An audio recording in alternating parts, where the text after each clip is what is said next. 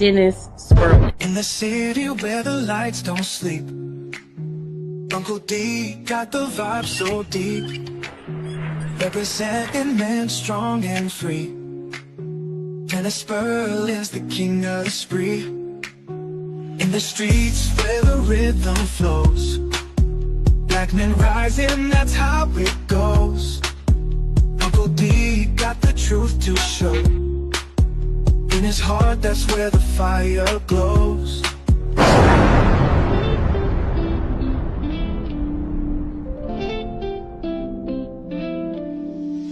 Late night tuning, light up the stream. Dennis Sperling, wisdom gleam. Voices whisper truth and insight. In his podcast, feel the light.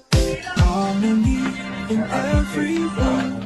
Truth and laughter you've heard. Well, that's alright. Wave after wave of smooth delight. Dennis brings the dark to light. That's the blizzard, baby! Share the tales unfold. The stories pour like morning gold.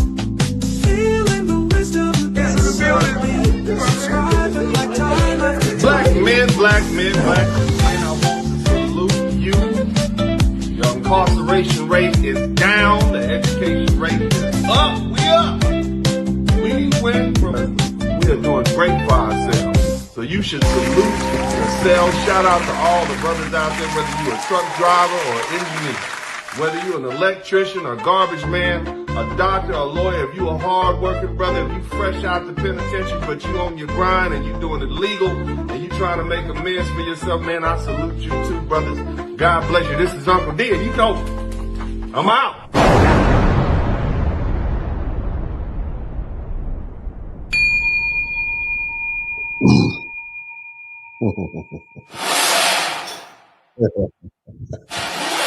Oh man, yeah. All right, welcome to the broadcast. Shout out to everybody out there, baby. Yeah. Welcome to the broadcast. My name is Dennis Sperling, also known as the Blizzard King, and I want to welcome you all to my YouTube channel. I'm humbly appreciative of being here 5 years now. This will be my 5th year on YouTube, and I've spent some time on Facebook. I have quite a Facebook following. Shout out to all the people who have followed me on Facebook. But look, man, today we're going to continue a conversation that I've been having for the past few months related to the election. I just think it's important. I just think it's important because there is a lot going on. You have a lot of very angry people right now. I actually put a few invitations out to some folks to come in. They are not very happy. I actually have one now, and they're angry about some of the things that are going on as a result of the Donald Trump's win. But here's the thing, elections have consequences, and these consequences are leading to things that they don't like. Specifically, one of the main things, well, let's start with this. First, shout out to Broken Blade, shout out to my man Mark the Freelancer, shout out to my man Jamal Smith, Mr. 43TX, shout out to the whole Wrench Mob. Somebody type Wrench Mob in the chat room. Somebody type Wrench Mob in the chat room. I'm gonna go ahead and put the Cash App there at the bottom just in case you all decide you like something I say.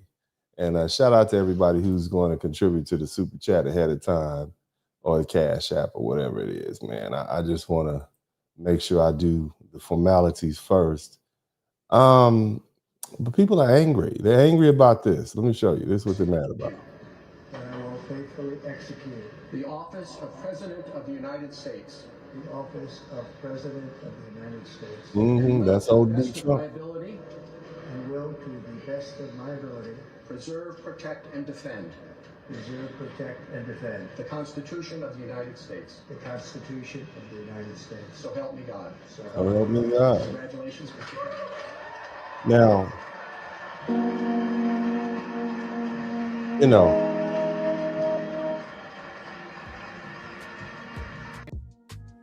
you got folks, man, they are mad because they say he didn't put his hand on the Bible. Yeah. You got people mad at it. I mean, they are mad. Here's another one too. I like this one. Let me show you this. Lady man.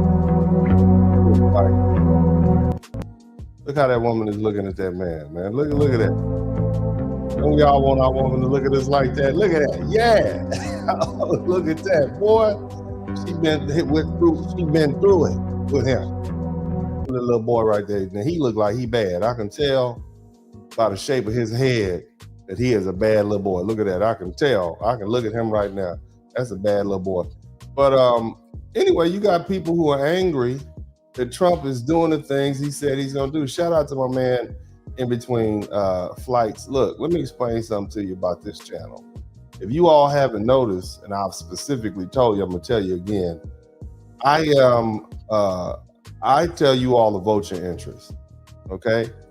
I tell you guys each and every time, vote your interest, do what's in your best interest. If you're a Democrat and they do things that you like and benefit you and your family, do that. Shout out to my man Jamal Smith. Thank you so much, you guys.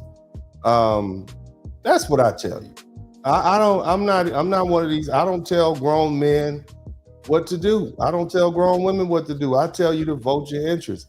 Nobody's gonna ever say that Uncle D, the Blizzard King, also known as Dennis Sperling, tried to sway them to vote for Republican or vote for Democrat. I tell you, vote your interest. It just so happens the past couple of times we've had presidential elections, I voted for Donald Trump. And the reason I voted for Donald Trump is because, number one, I didn't like the way the direction of the country was headed. Number two, I realized that I paid less taxes under George Bush than I did under Barack Obama. I paid less taxes under Donald Trump than I did under Joe Biden. And I would like to keep the majority of the money that I make. And that's it, period. That's it. And so, well, that's my overriding position. You know, I'm kind of like a one-issue voter. Nevertheless, I did see the direction that this country is heading, and many of us didn't like the direction that the country was heading. Okay, and so we opted to vote for somebody who we thought would get us back on track. Shout out to my man Red Sigma. Now here's something. We're gonna start with the petty. Somebody type petty. We're not going to even get into the actual policies because Donald Trump signed a whole slew of executive orders yesterday. Shout out to my man Red Sigma. You guys, has anybody ever heard of the SWAC? It's the Southwestern Athletic Conference. Somebody type SWAC in the chat room. All my HBCU people, you know about the SWAC, you know about the MEAC. Well, in the SWAC, they got this tiny school called Mississippi Valley State. Okay, not Jackson State, Mississippi Valley State. Well, anyway, Mississippi Valley State has a band, and the band got invited to go to play at the inauguration of Donald Trump, and you had black folks mad. This is the Mean Green Marching Machine.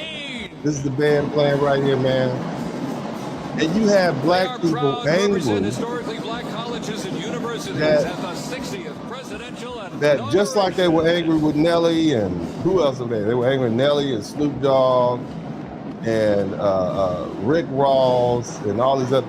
They're angry. Yeah, that's right. Jerry Rice attended Mississippi Valley State. These people are mad that this band, which at this point has an opportunity to get some worldwide recognition, played at the presidential inauguration. You have some black people who literally wanted this little tiny band to miss out on this opportunity just because they're black. I want you to think about that. And then you literally have black people who are upset at the fact that these folk went to, well, shout out to Mississippi Valley State.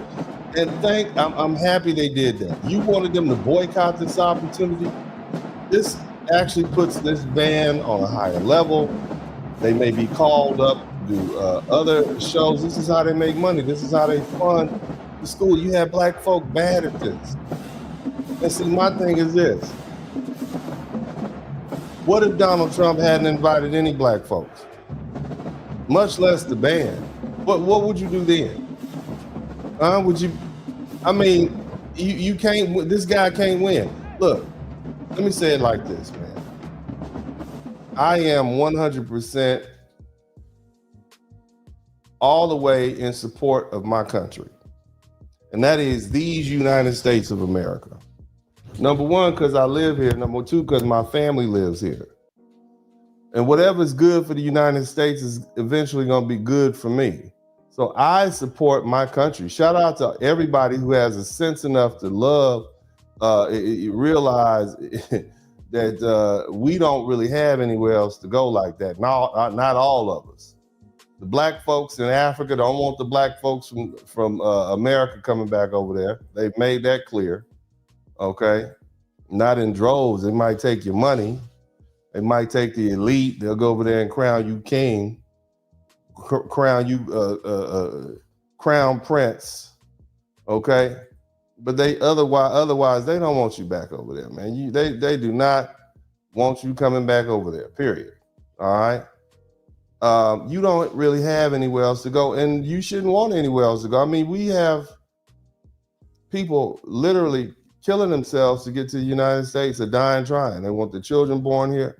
So why is it that we always have to be the anti-Americans?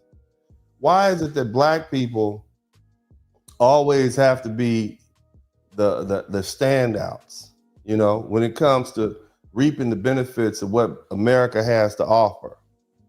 Why is that? Why is it that we have a contingent amongst the blacks in our community that tells us, oh no, it's never, we're never the in crowd. We're never, and in reality, we sit at the center of America, at the crossroads of American culture and history, and everything else is good for America. I'm just saying, I love my country.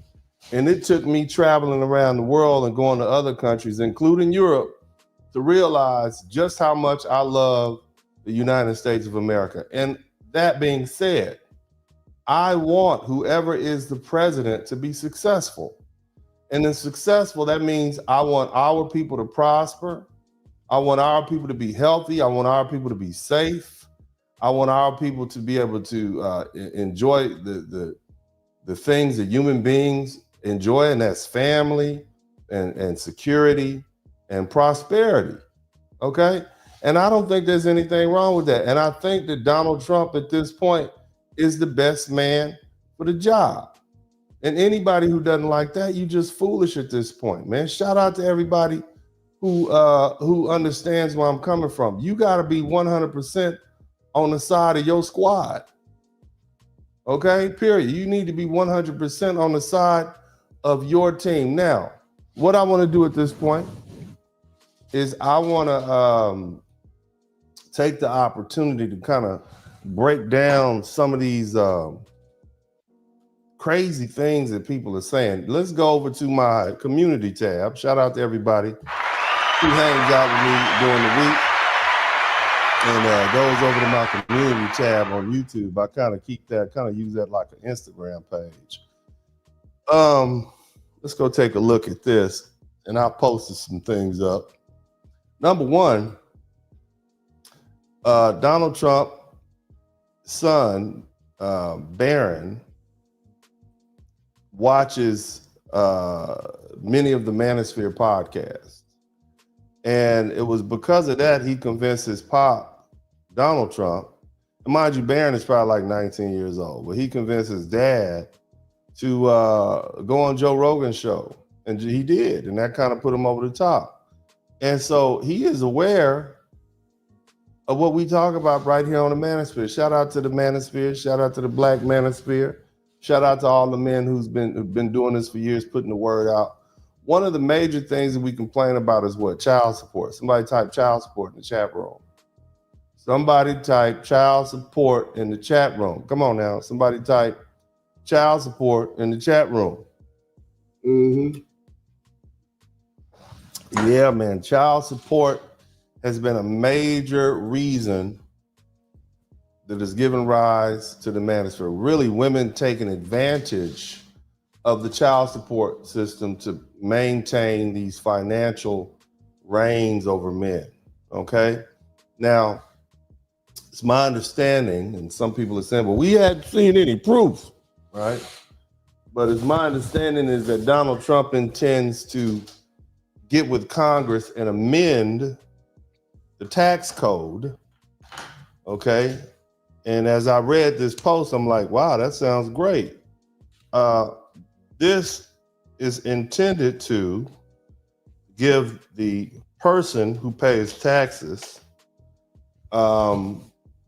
a tax break, a child credit. And I think it's up to $6,000. Is that it? Up to $6,000 per child. Is that it? So let's say you pay $500 a month in tax and child support, and you get a $6,000 a year credit. Let's say you have multiple kids, and I'm not a tax lawyer. I don't do tax. Matter of fact, I have other folk help me with my taxes, but over the years I have at least. But what I'm saying is, for many years, women who are the custodial parents and who receive the tax support, they don't pay taxes on the child, or they don't pay taxes on the child support. In addition to that, they receive the tax credit.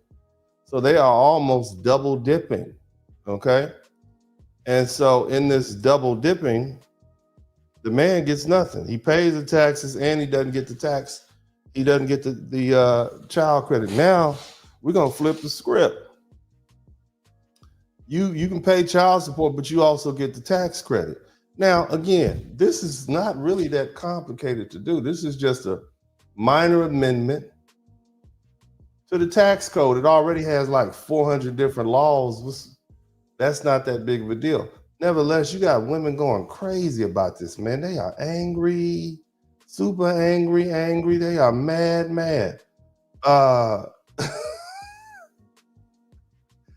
You know, and I'm looking in the comments section, because what does this do? Have the only reason that women have the power that they do is because they have the children.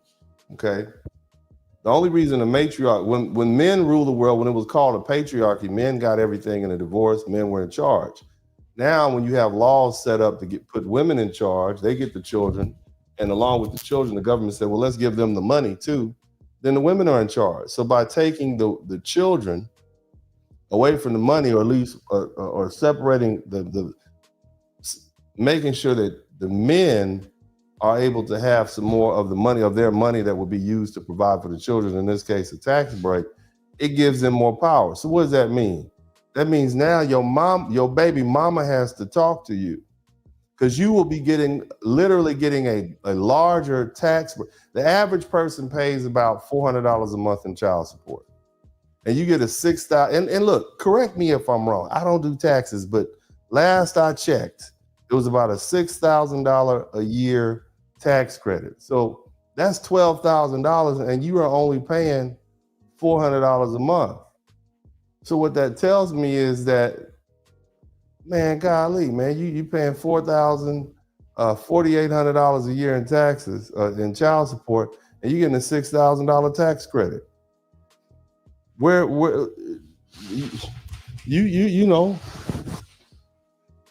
you actually put a tax incentive to pay child support.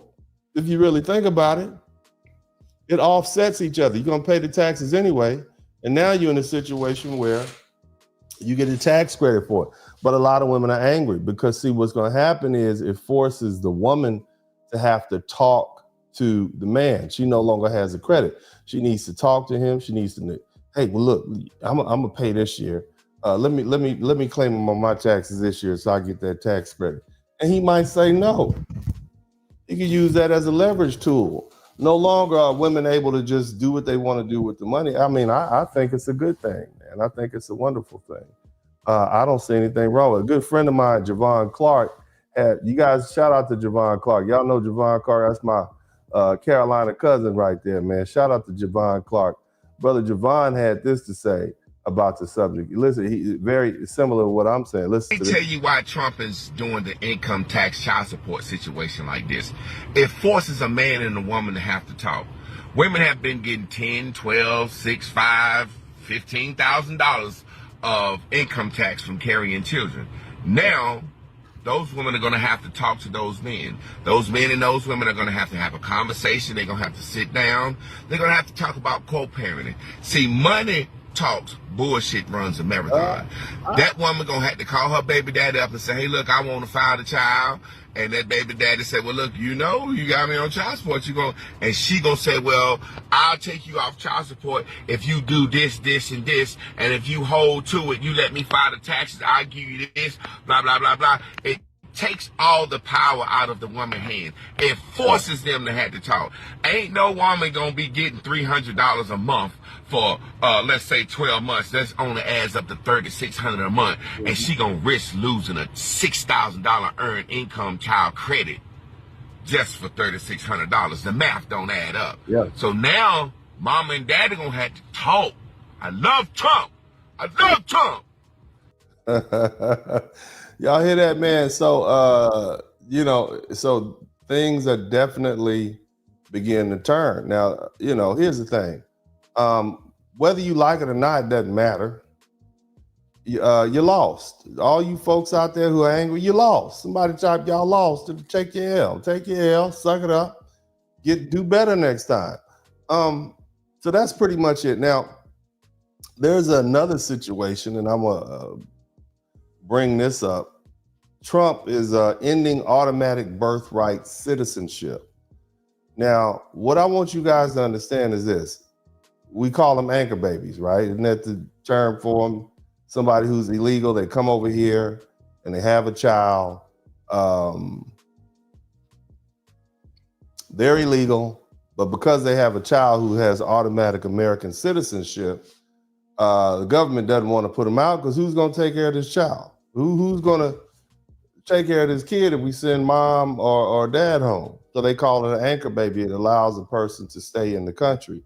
And that is a loophole in in our immigration system. Now, of course, Tom Homan said we're going to send them all home. That's how we're going to keep families together. But nevertheless, Donald Trump signed an executive order challenge, I would say, ending birthright citizenship. I don't think he can do that outright like that. Nevertheless, it has set up a court case. It is set up. As a matter of fact, I believe they've already filed a lawsuit. Now, birthright citizenship was not always the law of the land, okay? It is a derivative of the 14th Amendment. The 14th Amendment was enacted right after slavery to make sure that the children of slaves, of former slaves, were citizens. See, remember, African Americans who were in slavery were not considered citizens. They were considered property. Now, they were considered citizens solely for the purpose of a census, and not even a census, but realistically, the senators and the congressmen in the House, really the House of Representatives, depending on how many people you have in your country, in your state, is going to determine how many representatives you have in the lower house, called the House of Representatives. So let's say you live in South Carolina, okay? And you may not have a lot of white people, not as many white people who will be considered citizens as they do in New York, but you have maybe 10,000 blacks who are slaves, okay? And so for the purposes of that, they came to an agreement and said, well, look, we won't count these Africans or our slaves as you got to count them because they still, use the resources and the roads, and they contribute to the economy. So we'll count them as 3/5 of a person or 3/5 of a citizen. So if we get, 3 of them together and 5 of them together, that'll equal a certain whole number of persons. And so that's where the whole 3/5 came in. Somebody type 3/5 in the chat room, 3/5 of a person. And so now that helped the southern states, which had less white people, to begin to increase their numbers so they can get more representatives in the House of Representatives. Each state gets 2 senators, but the House of Representatives determines your population. That's why a state like Montana has 2 senators and California has 2 senators, but California has a whole lot more representatives, House of Representatives, than a Montana.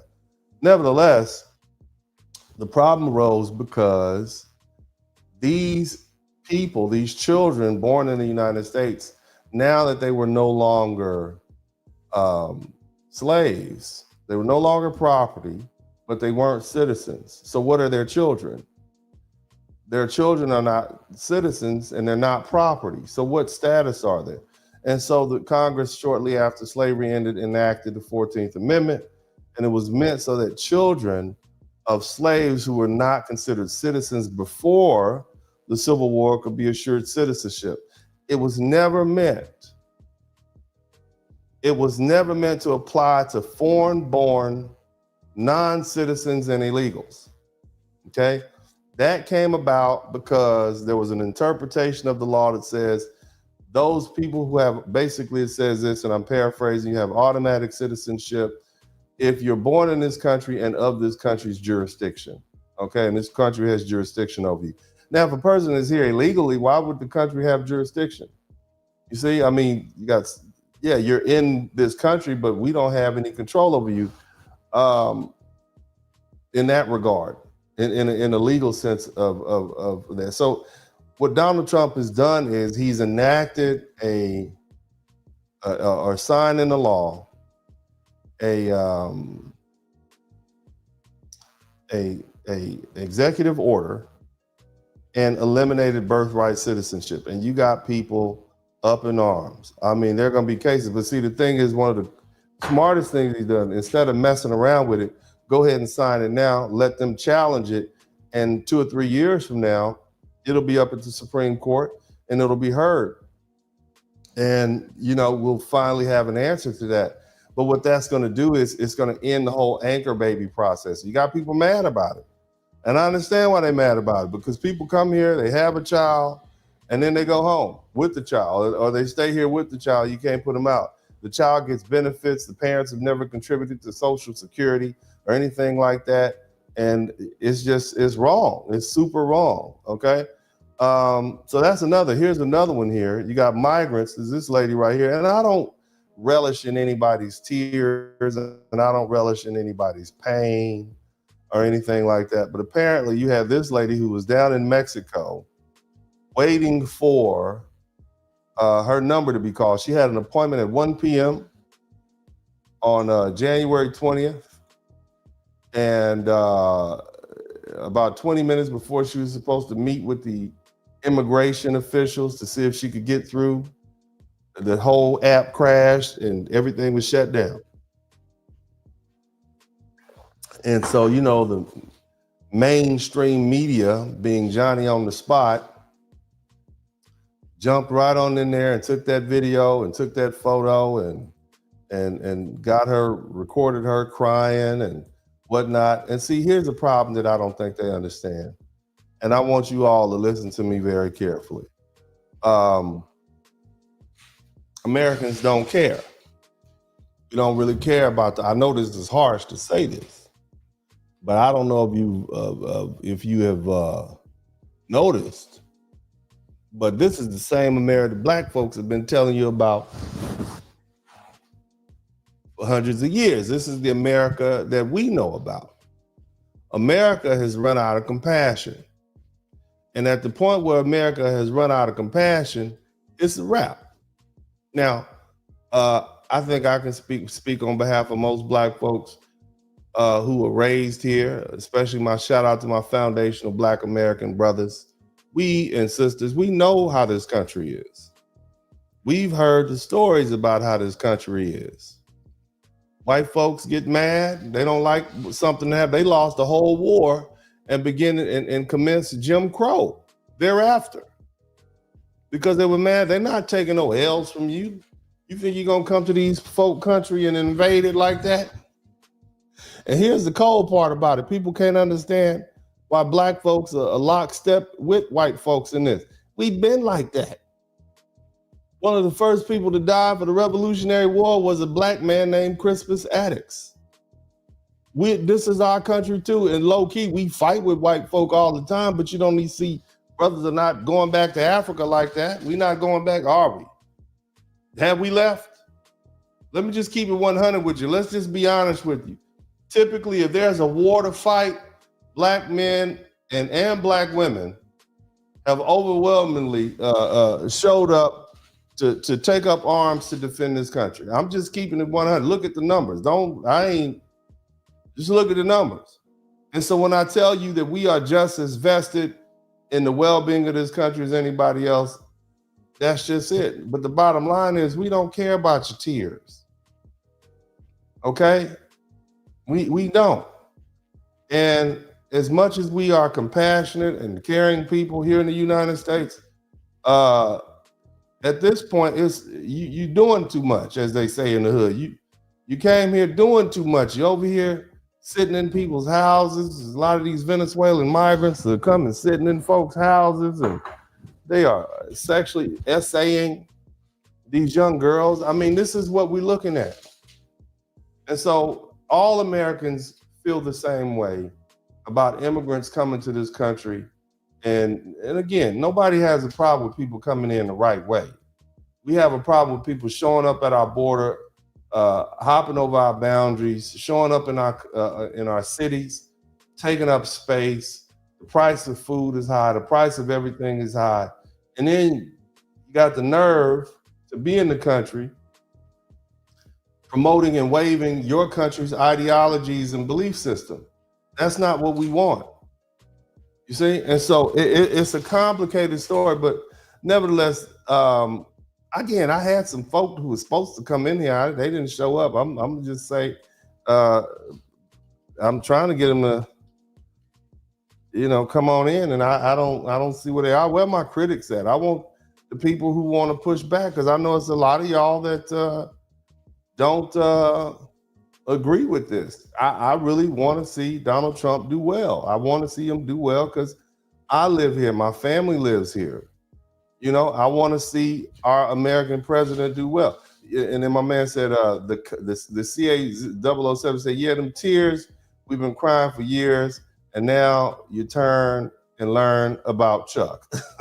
Thank you, bro. I appreciate it. And it's not heartless, because every other country enforces its borders. So why can't we? Okay. Now, the other thing is, and I found this very interesting, man. They are now going to be designating the Mexican drug cartels as terrorists. I mean, think about that. What does that mean? Where are my D-boys at?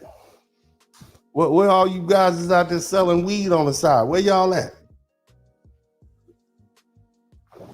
Once you get labeled, and it doesn't even matter if you're a cartel member.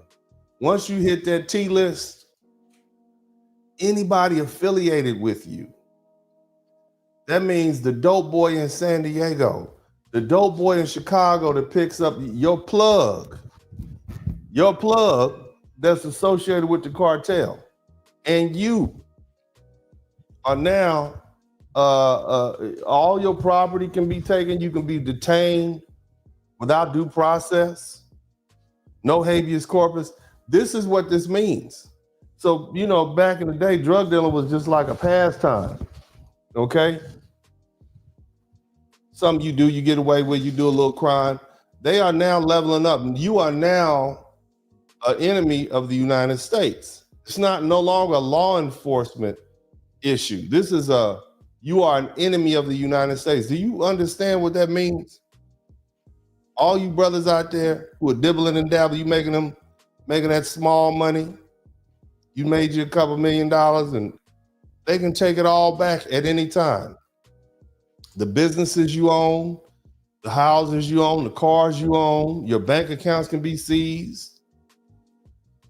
I mean, I'm talking about on the tail end of the people who make money. I'm not talking about the ones down in Mexico making the millions and millions of dollars. They literally are going to be targeted by special forces. But I'm talking about you all who are affiliated with that Mexican drug cartel, even up here, even if you're just the dude who gets the money, who gets the dope, who gets the money way up the chain. It's a done deal, man. And largely because we have hundreds of thousands of Americans who are dying every year from drug overdoses. The game has changed. I remember back in the day, we used to have crackheads. Somebody type crackhead in the chat, but we had lots of crackheads. Crackheads serve a purpose in the community. You know what I'm saying? You crackhead to recycle a VCR from somebody's house a couple of blocks over. Yeah, let me get that VCR for $5 or $10. You know, crackhead was functional.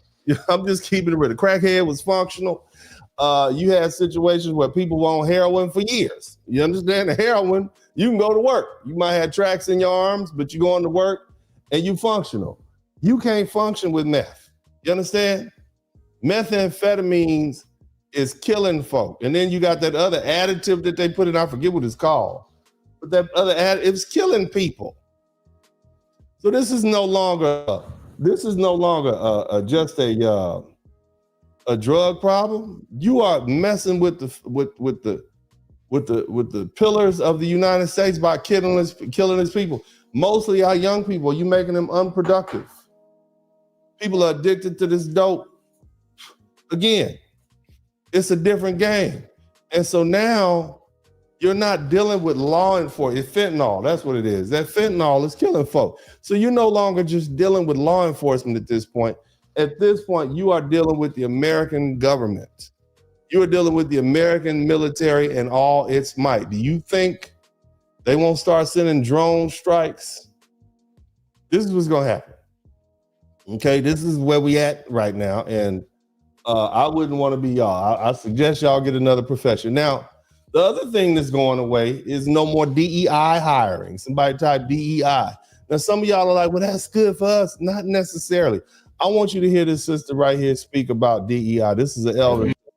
I don't know who she is. Some of y'all might know who she is, but y'all check out what she says, and then we'll digest what she said. Let's take a listen to this, man. DE for you, everybody who says DEI is a good thing. Listen to this. Obama. Listen. Democratic Party, they promote black women. Particularly if she's a lesbian. Yes. They promote black women who are not even qualified. We have seen with the diversity, equity, and inclusion, which is really racism, which is really saying, well, black people just, darn it, they're not smart enough, so we have to give them handouts. And you're pushing black women who are not qualified. Dr. Claudine Gay of Harvard. Now, I mean, I want you to think about what the sister says, man. She says, this elder woman says, you're pushing back black women who are not even qualified. Okay? Did you get a qualified person to do it, or did you just get a qualified person within the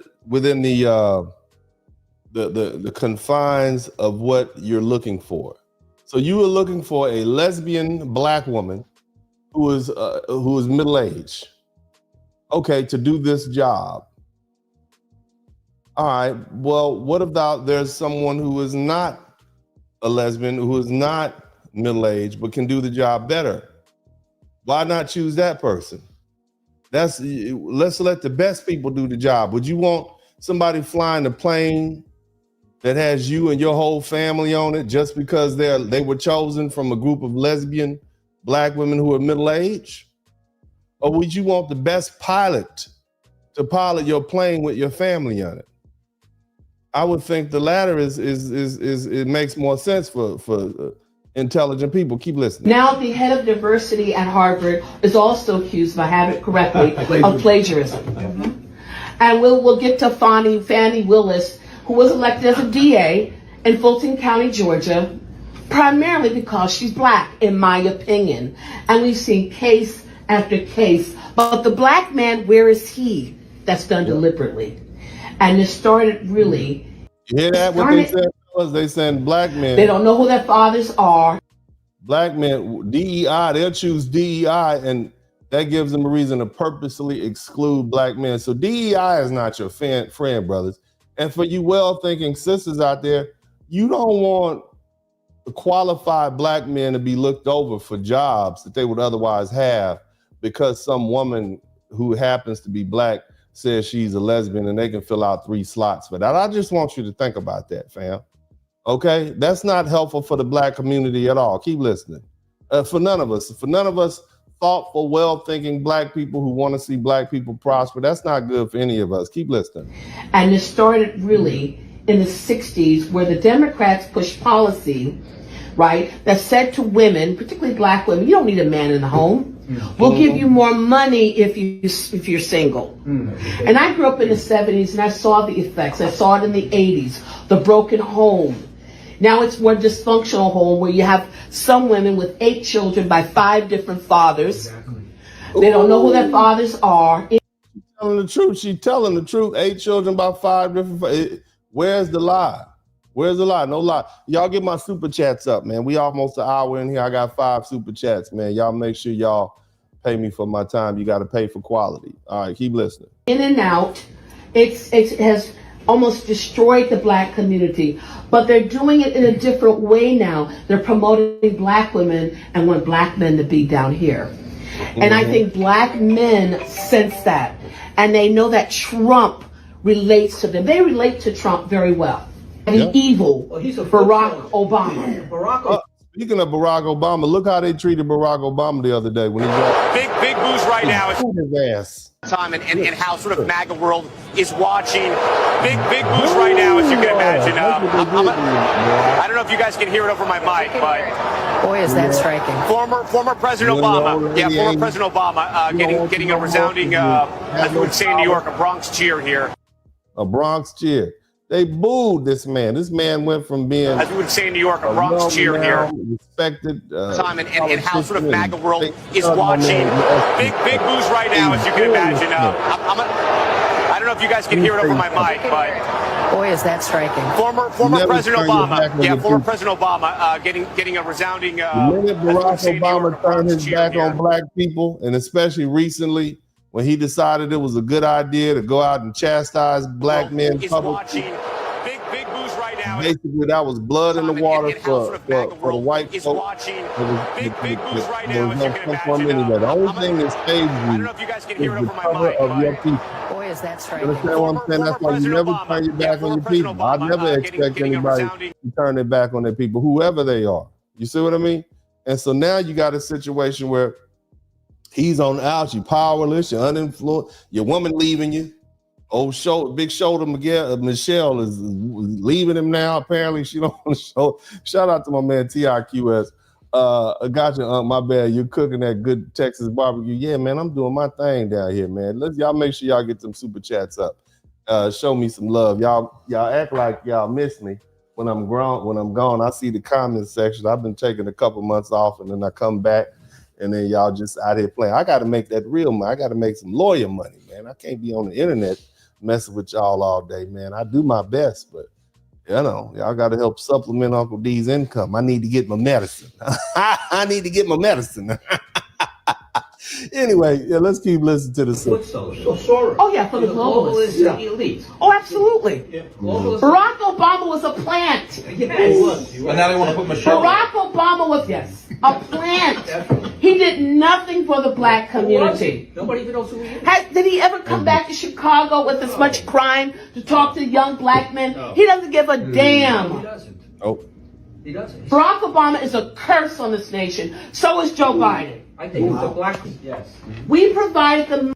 Well, I mean, that's very emotional in what she's saying, but when we look back, who brought in all this DEI, not DEI, but who brought in all this transgenderism? Who opened the floodgates for that? It was Barack Obama. Okay. Anytime white folks want to do some dirt, right? That left side, that anytime they want, all they have to do is put up a black face, because any pushback you push against that, we can't do it as black people, because then we consider house N-words and sellouts, because we don't want to push back. We going against the black man, and the white folks can't do it because they're considered to be racist if they push back against bad policies, because the person signing it in the law or pushing it is a black man. We all know that this transgender experiment, all these different, wasn't good. Okay, we've had gay people and men who wanted to dress in dresses and girls who think they're boys in this country since the onset. Okay, but we didn't have to codify it in law. It was literally don't ask, don't tell. It wasn't a problem. We dealt with it. And so now we're in a situation where you got people who've mutilated themselves and removed their genitals, operations, and all that sort of stuff. That's a curse. And you got kids out here confused. They don't know what gender they are.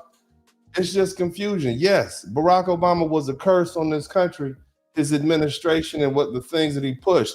He should have stayed focused on what he needed to stay focused on when he was a young community advocate. And that's do what he can for the black community, but make sure the country stays out of war, make sure the finances are good. But all that extra stuff was a problem. And I'm glad people are finally speaking on it. A lot of people, and then the cold part about Barack Obama would have you audited if you were his enemy. He would send the IRS on people. And I know he put the IRS on some people I know because he didn't like what they were saying. So, that era is over. I'm glad he exposed himself for who he was. And that's just really just, a man who was really out for his own. I'd rather have good Americans, people who love this country, in charge. Because at the end, it is what it is. Shout out to my man, 24 Jam Kid. Thank you for the information. Again, I don't really care who you vote for. I'm not in the business of telling grown-ups who to vote for. I tell you, I'm voting for my interest, and I want you to vote for your interest. That's what I tell you guys all the time. But let's keep listening to the elder. Let's keep money for his Marxist socialist programs, pushing abortion in Africa and other things. He didn't care about us. Nope. He didn't care. That gave rise to Trump. Yep. Because Trump actually listened to us. He actually cares. Many of us, it was bad. At least Bill Clinton BS and said, I feel your pain. But at least he said it. Barack Obama didn't give a damn. He should have never been elected. Before he was elected in 2008, my mother sent, may God rest her soul, letters to black churches warning them about Barack Obama, saying he was so ungodly. I said, Mom, that's harsh. She wrote it anyway. Just think about it. We elected a cocaine addicted, possibly closeted gay dude to be the president just because he kind of looked like us. I hope identity politics are dead, fam. I just want the best person to be in charge, and I know people are like, well, and they looking at Trump's cabinet right now.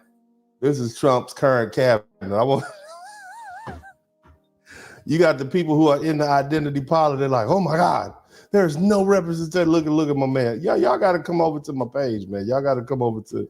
This is why I keep it popular. Look at the cabinet. Not one black woman. You got one little black dude over here in the corner. Look, one little chocolate drop way in the corner over there. Look, white, Asian, white. I don't know what that is. Maybe white, white, Cuban, white, Indian, white. I don't know about JFK. He got a good tan. He got that bronze tan. We're going to call him, we'll say he's beige and then white. You understand me? But my thing is, I don't care what color they are, man. As long as they love this country, all right? As long as they are putting America first, somebody type America first in the chat room. We need some America first. I'm really tired of people talking bad about the United States of America. We have to live here, okay? And the cold part about it is when they see Americans talking bad about America, guess what? You got these other people talking bad about America. There's no way in hell that Europeans should have anything bad to say about America. We done got y'all asses, saved y'all asses in 2 world wars, okay, and kept Russia at bay for damn near half a decade. You better not ever say nothing bad about the United States. We have men who have went overseas and fought and saved your ass to the tunes of hundreds of thousands multiple times. The only thing keeping China and Russia off your ass, okay, is the United States of America. So y'all need to chill out with that, man. And you folk over here who talk, look, America's not perfect, no country is, but I dare you to go anywhere else that's better, especially black folks. Go find another country, even in Africa, where you get treated better than you get treated here. Because see, I know enough about South America and Central America. They'll just whoop your ass. They're gonna whoop your ass, they're gonna take your stuff. You gotta pay the police off every day. Your daughters are not safe, your sons are not safe. Nothing is safe. Your property could be stolen. Look what's going on in Africa right now. You buy something in Nigeria and you buy it from the wrong chief. And the next thing you know, your property is your gates and buildings are being bulldozed down because the chief didn't give you approval. You understand what I'm saying? I remember a couple years ago, all them sisters were going over there to Ghana and Nigeria and they end up missing. They come back with dots on both of their eyes. Boop, boop. I had to come back to Chicago. I didn't know. Yeah. You are not gonna get treated. Go ahead and go to one of those Arab countries. Y'all like Dubai? Go on, take your butt over there to Dubai. Remember that lady who got arrested? She got in a car accident.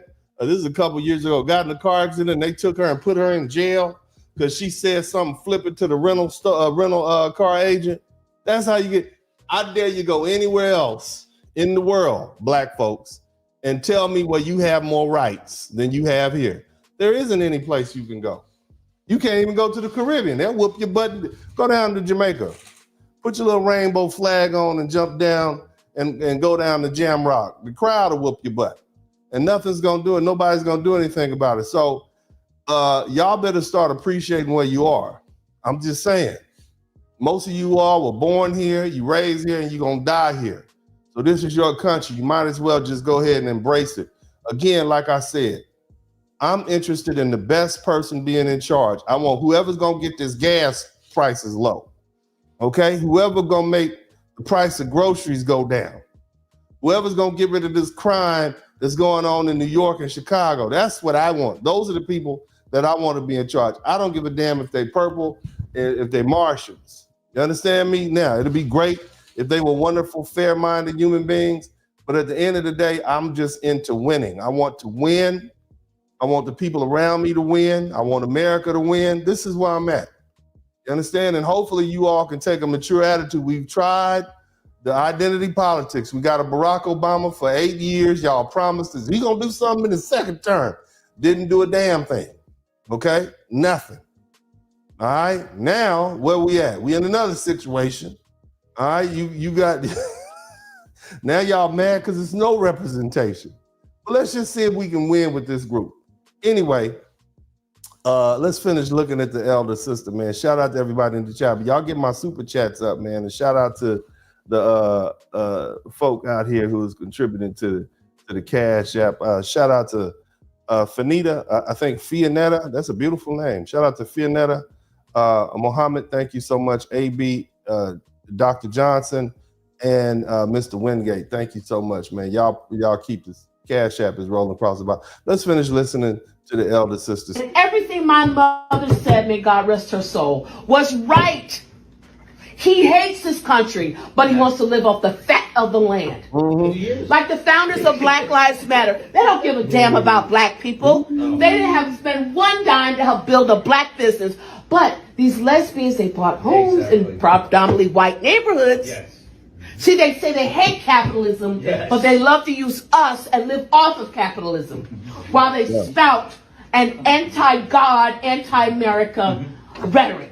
So I just they got you in a black community. They put us in danger. No, not all black people are drug dealers or this or that, but you're harming the average black who lives in an area that is high crime. When you talk about defund the police. Yeah.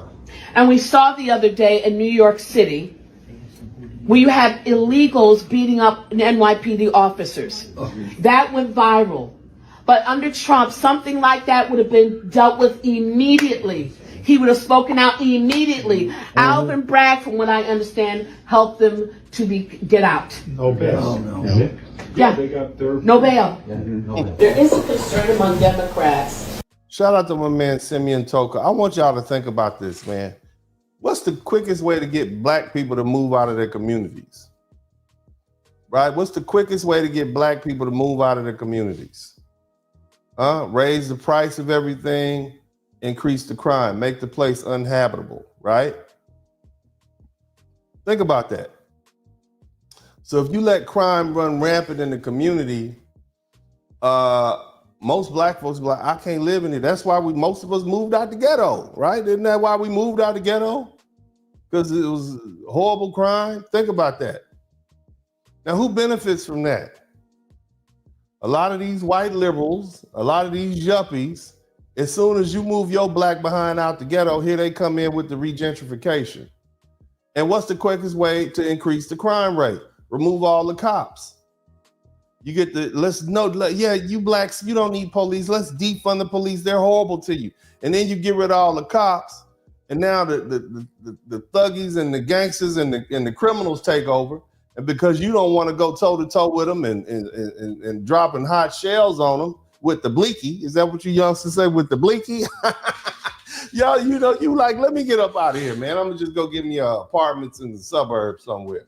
And now, guess what? A couple of years later, the place goes down and folk come in with these high-rise apartment complex and these mixed community centers and whatnot. And they tricked you. Y'all been duped. You've been hoodwinked. These liberals are not your friend. Again, I'm not trying to tell you who to vote for, who not to vote for. In this past election, I voted for Democrats. I voted for Republicans. Just so happened I had to vote. I voted for the Republican president and on the national level. But I just want you to think about that. If you really start thinking deep about what's going on in the plays, they're playing chess on you, and they've been playing chess on you, and folk are just starting to figure it out. Where my critics at? I need the critics to come in today. The podcast is live. I'd love for you all. I want to hear. I am not rude, okay? I am not going to be mean to you. I will hear you out. I'm going to ask you some tough questions. But I want to hear those people who don't like Trump. You don't like Trump. You're mad at everything. I want to talk to you. Come on in and talk to me. Let's finish with that the vote for Trump is hardening within the black community. It's solidifying. It's not just a passing fancy. Mm-hmm. And I think Democrats, both black and white, liberals, they're panicking. Some of the reasons why blacks, particularly black men, are drawn to Trump is that he puts America first. Put America first, yeah. He puts Americans first. We see that Joe Biden and his administration, they're now battling with the state of Texas to cut down the barbed wire. We, ladies and gentlemen, have essentially an invasion of our country going on. Great. Black people are waking up. All you have to do, I would recommend, if you want verification, go on YouTube. Black residents in Chicago. Type in Chicago. Go on YouTube. You see where it's at? We here. We on YouTube talking every day. Chicago, black people, immigrants. They are fed up. Black people are now feeling the effects. Yeah. You know, when these liberal mayors, we want to be a sanctuary city, New York, LA, even Newark, New Jersey. We want to be a sanctuary city. Wow. But you see, they don't put the illegals where Nancy Pelosi lives. No. Where the elite, they put them with us. Man, let me explain something to you all, and I've said this on numerous occasions. The reason that black folks have changed, see, these liberals and these Democrats, they're still running off a playbook from damn near 100 years ago. They're running off a playbook from 1955 and 1960. They are running off a playbook from back when black folks were fresh off the plantations of the South and just had moved to these inner city ghettos and the great migration that's taking place. They moved to places like Detroit, Oakland, Chicago, and we didn't have anything. We didn't really have education like that. There was some enclaves of Black people who were successful in places like Chicago, but we didn't have anything. The vast majority of Black people, to the tune of 60%, lived below the poverty line. We were poor. Now, and I did this broadcast a couple years back. You guys remember when I broke the news and explained to you all that 60% of Black men are either rich, upper middle class, or middle class at this time? What that means is our financial status has changed significantly. We are back to the situation that we were in as a group, where we were before Black folks start moving north from the South. We are where we were in 1890. We are where we were in places like Detroit, where they had these enclaves and these nice Black folk who lived well and were educated. This is where we are now. And so because we have a vested interest, a financial interest in this country, we have houses, we got cars, we got kids who are, nothing's perfect, but we got kids who are doing well, either in college, the military, they have plans for themselves, they have lives that they want to live. We have a vested interest in this country. And so you can't come in here and start shipping immigrants and folk and dropping them off in our community like it's 1960. We are not going to be tied to you like that. And see, a lot of Latino people and Asian people and immigrants is like, how can Black people be against us like that? All you've been through? Yeah, we've been through it. Somebody type "been through." I'm gonna try to give y'all an explanation when Black folks say we been through. When we say been, we've been through that. That means we did that and we done with it. We been did that. We've been through that. We did the poverty. We built ourselves up from nothing, and now we were somewhere where we actually have something to fight for, and that's our piece of the American dream. And what we're not going to do is have you come over here using our parks and our resources and our Social Security and burning it up after you just came over here. You just walked up here from the southern border and got a free ride to Chicago and Detroit on behalf of the Texas state of Texas taxpayers who sent you that bus ticket. No, we've been through that. We did our time. We did our time. We came together. We built schools. We built universities. We built colleges. We built churches. We built communities. We built ourselves up. Now, that doesn't mean all of us are on the same footing, but hell, 60% of Black men, and that includes some Black women too, because they're attached to those Black men, are doing pretty damn good for ourselves. And the other 40%, a lot of them are children and old people. And people who are unemployable because of the game and the way things are situated, like they got felonies and whatnot, so they're underemployed. That does not mean they're not making a few dollars. So what I'm trying to explain you to folk is Black people have a lot to lose in this situation. We got a lot to lose, and we don't want folk coming over here. It's not the same situation. Now look, the link is in the chat room. Anybody who wants to come in and chop it up with me. But it's a lot of folk who feel the same way. Look, man, let me tell you something, man.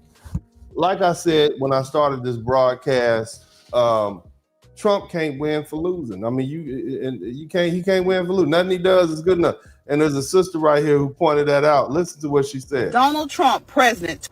I don't talk politics, so I'm not going to discuss politics. But Donald Trump cannot catch a break. Nope. He just can't win for losing.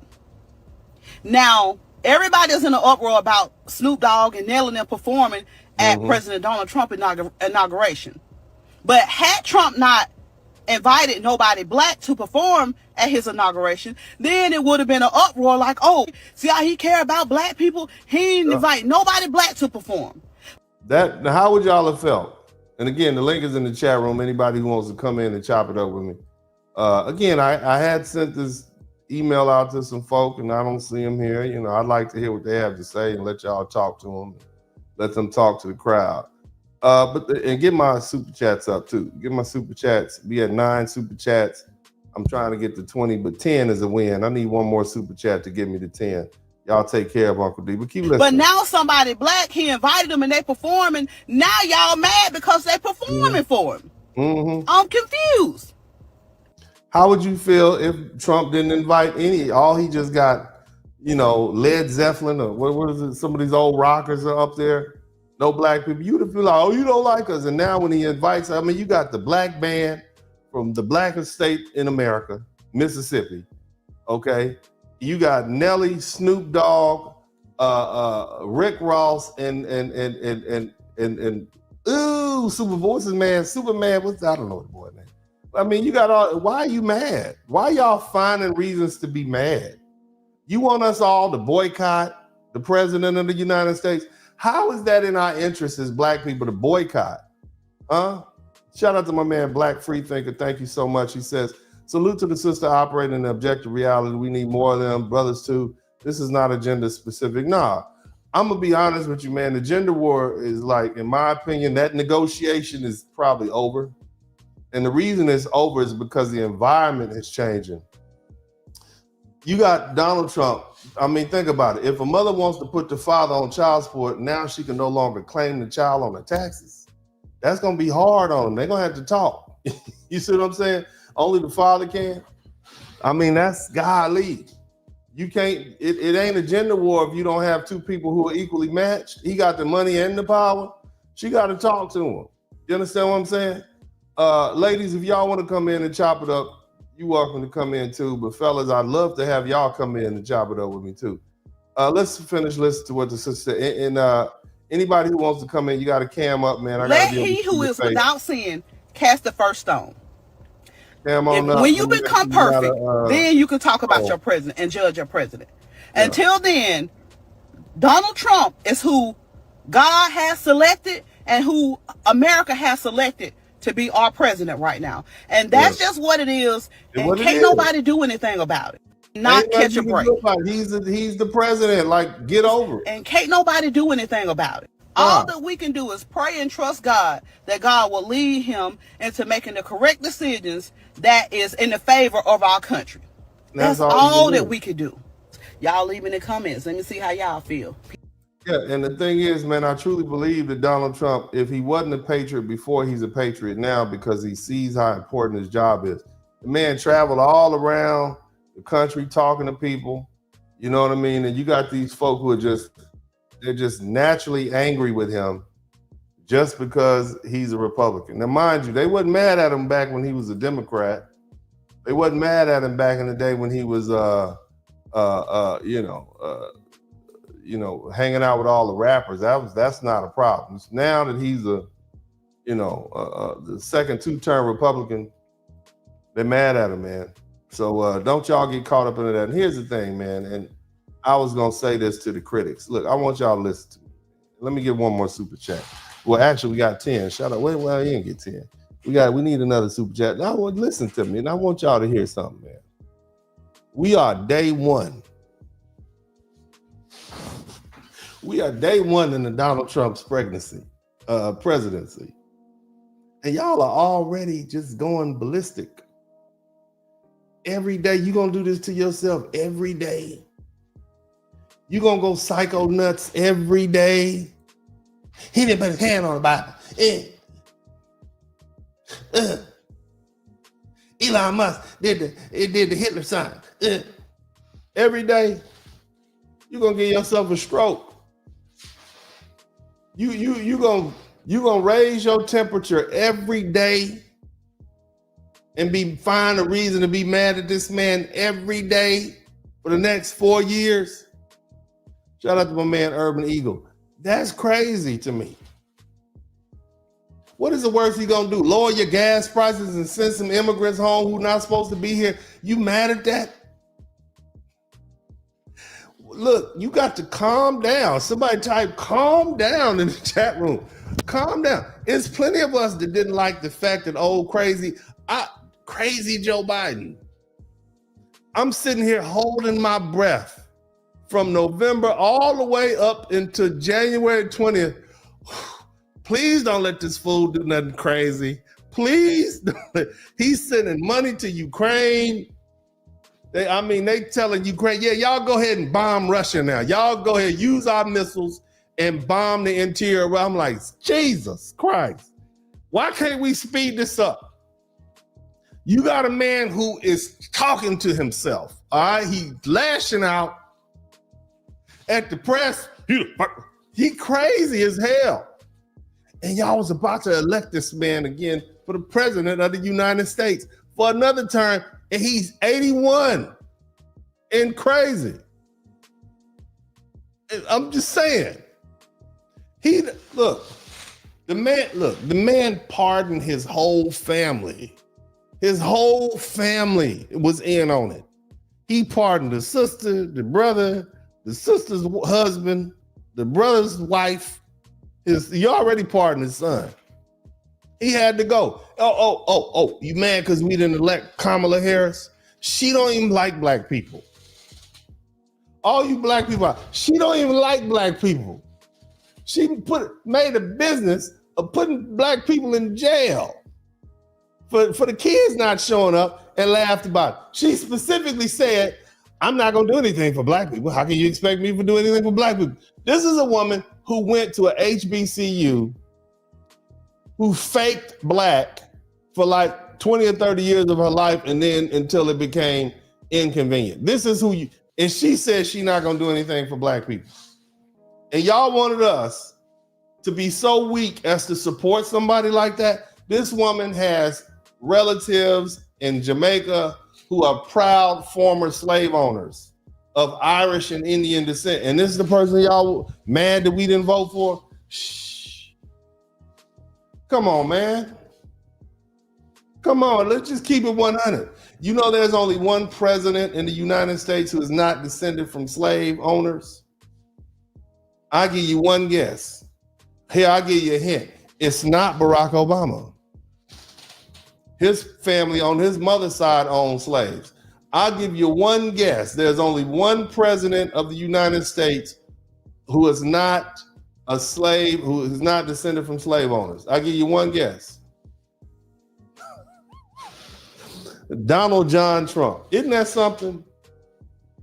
Donald John Trump is the only American president that's not descended from slave owners, man. Ain't that something?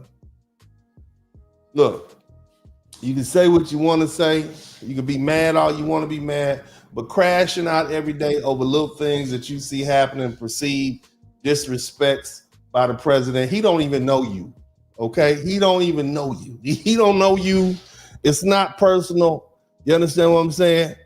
I would suggest y'all tone it down. It'll be plenty of other things for you to worry about and be concerned about over the next 4 years, as opposed to being concerned about what Donald Trump is doing and what he said and how he speaks. Just look forward to lower gas prices. Look forward to cheaper groceries. Okay, that's what I want you to look forward to. I want you to look forward. Damn it, we got a Kappa Alpha side. Look, man, let me turn this camera off. Don't throw up your filthy fingers up here. Put your filthy fingers down, okay? Mr. I knew you were gonna do that, Uncle D. Why you provoking me? I'm trying to get up here and be decent with people, and you come in with that. I'm just kidding, brother. Welcome to the broadcast, man. Welcome to the broadcast. Brother, look, man, I'm looking for critics. I don't know if you're a critic or not. I just saw you down there.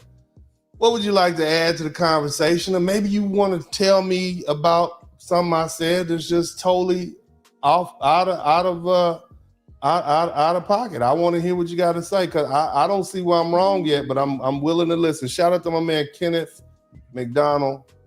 Jason, the floor is yours, sir. Go ahead. Can you hear me okay, Uncle D? Yeah, man, I can hear you fine, brother. Talk to me, man. What's going on? Well, first of all, I'm a moderator on your channel, and I've been a moderator for a while, so I definitely support the work. All right. I continue to be thankful for the friendship that you had with Kevin Samuels. I was in the mixed group and ran that for a little bit as well. Okay.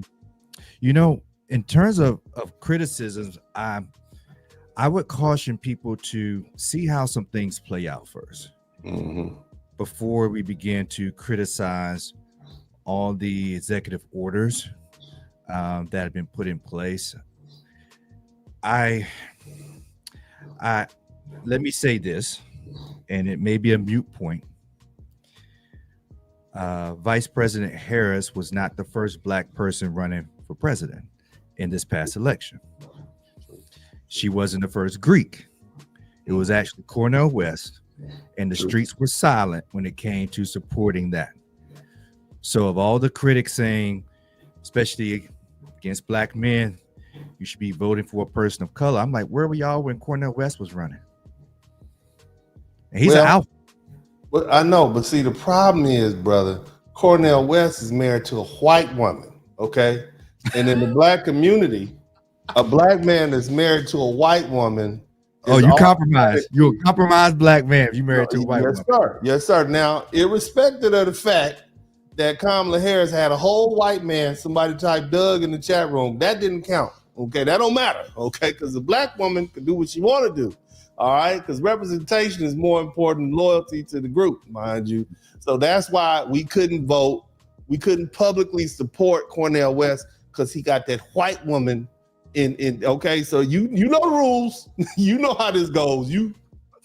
Serena Williams, okay. Tiger Woods, no. Okay, you know how this goes. Go ahead and finish. I'm gonna let you talk. Go ahead. Oh yeah. Oftentimes in our community, Black women marrying outside their race is a level up. Black men marrying outside their race is a compromised Black man. Yep. A Black man who does it. Yeah. So shout out to all the white women. Hey, look. I think it's a beautiful white woman. I don't personally date you, but I just some gorgeous white women out there. Let me tell you something. Beautiful, fine white women out there. I kind of date. I like women of African descent. That's just me. I tell the brothers all the time, my preference for you is to marry women of African descent. But at the end of the day, if you find somebody you love and make you happy, cool, go right on ahead. Go ahead, but I didn't do that. Go ahead. They quick reminder say, your mama Black. I'm like, okay, but I'm not marrying my mama. But I think, sir, that we have to understand at the beginning, middle, and end of the day, it's still no president is going to change your life for the entirety of your life. They ain't gonna change. It's still up to us. It's still up to us as individuals. It's still up to us, whether you're Kappa, Alpha, Delta, whatever, non-Greek, doesn't matter. It's still up to us to make the right decisions for our community. And what I encourage people is to double down on your local legislation. Your community. To put that up there for them, But anyway, go ahead, brother. Double down on your local. I saw you put that up there. We gotta be a little bit ignorant on the show, man. So go ahead. Congrats. I think you all got married, or she passed the bar. I've been trying to keep up with. Oh yeah. You can be a prosecutor. You're gonna be prosecutor. Baby, put him in jail. Put him in jail. Shit. Go ahead. She's beautiful, man. Your family's beautiful. I really applaud how your son is getting big, man. I see him. Look, he's tall and bench pressing. I said he get that. Wow. Look at my boy. Look at my handsome son right there. Look at my boy. He's about 6 feet 1 now and on his way to college. Look at my handsome son out there, man. And he's already working in your law firm. Damn right. Kids hell yeah. Yeah. We can have all this snow out here today. You'll be at the job today. But anyway, go ahead, brother. Go ahead. I didn't mean to sidetrack. You were saying something really intelligent, and I want to let you go ahead and get back to speaking intelligent. Go ahead, sir. Hey, man. Hey, this is your channel, King. But yeah, at the beginning, middle, and end of the day, it's still up to you as an individual to create the kind of life that you want, to use the resources around you that you want.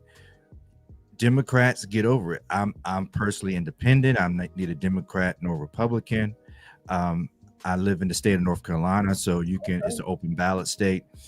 But it surprises me how many people don't know who's on their city council, who's their mayor, who's making the decisions that have the most immediate impact on your day-to-day life. It's your local government. So how active are you there? Start there. Start being Man, You they know, don't look, brother. Jason, these people don't want to be active. They just want to complain. exactly. That's what a lot of these folk who are complaining about Trump, they are not even registered voters. You know what I'm saying? I just want you to think about that. They just want to regulate you. They want to tell you what to do. You see, they want to tell you what to do and what not to do because they want to see if they can do it. I want you to understand who you're dealing with. You're dealing with people, anybody that's so hell-bent on telling you what you should and shouldn't do, they have no control over their own life. I will agree with you. I will agree with you from a political strategy standpoint. The Democrats are definitely still using a very old playbook. It's a very old playbook, and the time has come. Decades have come, and what was we're seeing the fruits that it bared, and it bore a lot of confusion in some cases. And the Democrats have done some great things too, but overall, the playbook is out of date. The country wants leadership that's going to come in, make decisions, make them quickly, move forward intelligently. You know, not just flying off the handle, but they want a president that stands their ground. And unfortunately, the Democrats need to really, as a party, need to do some soul searching. Need to do some reorganizing there, because a lot of people thought that Jeffries would run for president. Right. Well, you know, brother, I want to hit on some other points too. I mentioned earlier, and see, you're a very educated, dignified brother. I need one of our more ignorant brothers to come on here to speak to the people. But I'm just not saying it ignorant, but they have a lack of control over what they say, and they'll say it like it is. I alluded earlier, okay, that black people are not as friendly and understanding as they think we should be, considering our past. Yeah. They expect us, and I see some folk chiming in. You got to cam up. I got to make sure you're not a troll. So if you're waiting to come in, you got to cam up. I want to be able to see your face because we don't want trolls in here. But the bottom line is they can't understand why black folks are so heartless. Why could you not empathize with these poor immigrant people who are crying because their little app got canceled? And oh my God, and don't you love your kids? How dare you? How dare you say the mother can't get all the money from the IRS anymore? How dare you say that? You wilding out, man. You thought you don't love your mama. You see what I'm saying? So my whole point is this, man, and I know I don't want you to lose your job. I don't want you to lose your job. But if you can speak on behalf of black people, the real one, and say, because look, in our private conversations amongst each other. Keep going, Uncle D. Someone's at my door. I'll be right back. Keep going. I'll be right back. 2 seconds. And what I was telling Jason is, irrespective of what we have gone through as a people, we are in it for ourselves too. You see what I mean? We don't want folk coming up to this country, jumping in line. And then what's going on in Chicago just kind of, it flies in our face. You see what I mean? You got these folks out here who have jumped the line and taken over black communities that we've had for literally decades and laid them out and got them good and voted for them. And now all of a sudden you are, brought up here from a foreign country with a different culture. Yeah, makes black people mad. And that's what you see happening. Anybody else who wants to come in, you're welcome to come in. You got to cam up, man. We can't have people who are not cammed up, because if you're not cammed up, I don't know what you're doing behind that black screen. And I want to see what you're doing. And I need to make sure that you're a real person and not some sort of infiltrator or something like that. So if you want to come in, you're welcome to come in. The link is in the chat room. Go ahead, Brother Jason. Please finish what you were saying. Yeah,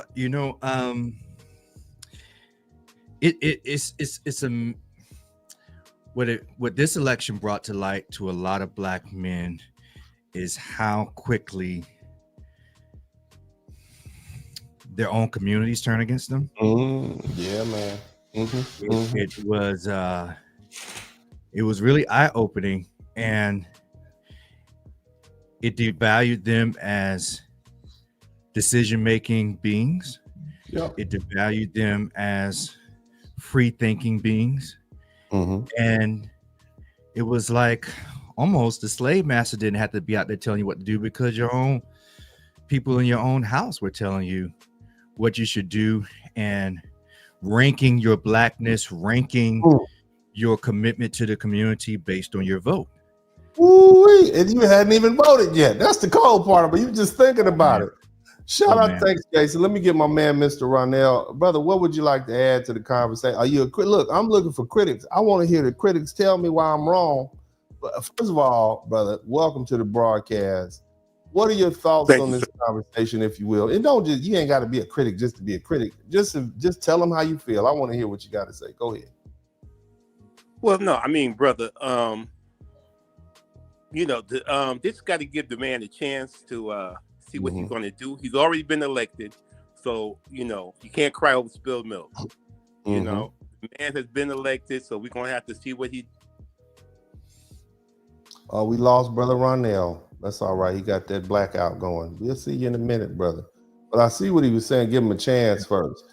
Give him a chance. We're gonna have to see how things play out. Now, I do disagree with the executive order of just clearing the slate with pardons to about 1,500 of the individuals involved in that, because I'm a firm believer that you don't act like that on the grounds of our government. That cannot be tolerated. So I highly disagree with that. And one of them was the leader of, what was the group called? Proud Boys, which are 22 years. They were gonna give them 22 years for that. You think really? 22? You think? I mean, look, I get trespassing is a bad thing. I know, I get what you're saying. Assault and battery is a bad thing.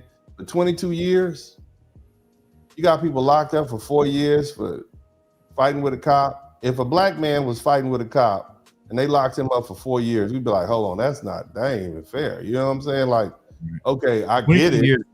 22 that's years. A long time.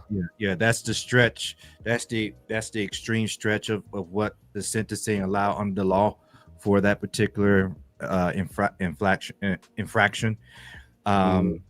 But 1,500. Y'all look like y'all could be cousins. Look, y'all two right now. You and look, y'all got the same hat on. Hold on a minute. Let me get shout out to man. TIQ is there where a lot of black families divided during Thanksgiving and Christmas holidays due to the voting choices. It was a sad to see. Yeah, it was, man. It was. But look, y'all, let me say something.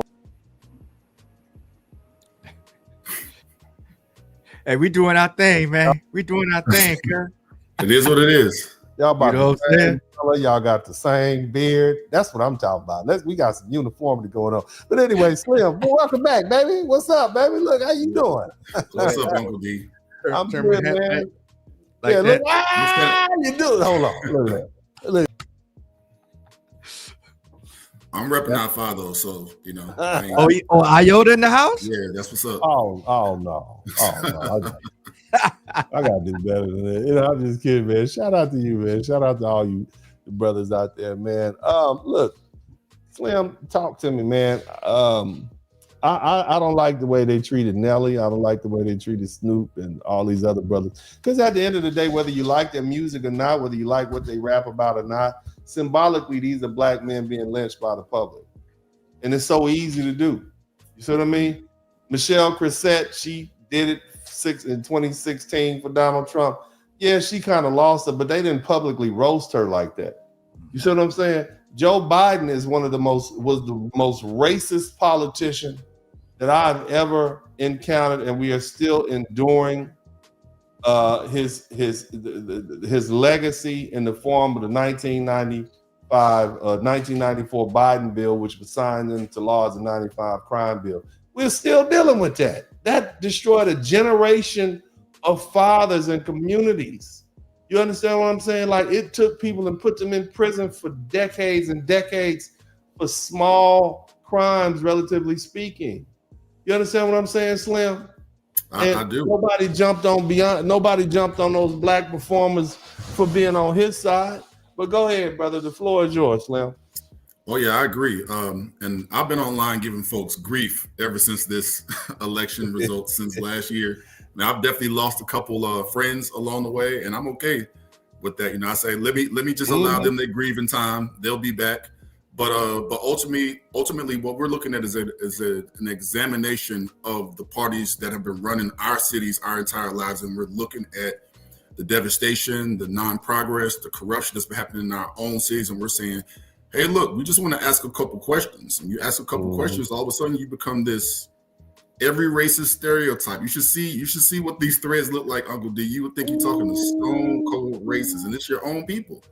And you try to explain it to them, and they got every negative thing to say about you. So I stay in the fight though. I don't run from no smoke. So just like you said, like Nelly had a good retort to what was going on, but I'm like, our culture is backward. We celebrate all the wrong things. People will get mad at Nelly for going and go singing here, but they still playing "Step in the Name of Love," right?